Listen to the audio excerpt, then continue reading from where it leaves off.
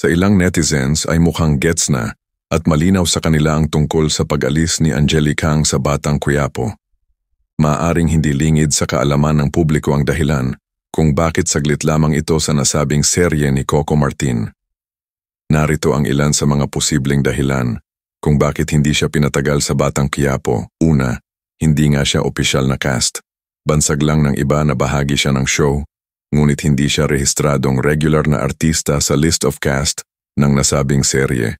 Sa kabila ng naging pahayag nito na marami pa siyang ipapakita sa programa. Pangalawa, maaaring putol ang kanyang eksena sa airing dahil sa pacing, runtime constraints, o creative decision ng mismong production team na alisin na siya agad sa eksena. At ang huli ay hindi daw approve sa girlfriend nito na si Julia Montes. Basic kasi sa mga latest interview nito ay madalas nababanggit ang tungkol sa mga babae na nalilink o dumidikit sa aktor. Palaban kasi si Julia sa mga sagot nito na agad namang kinonek sa Viva Max Queen na si Angelica Kang.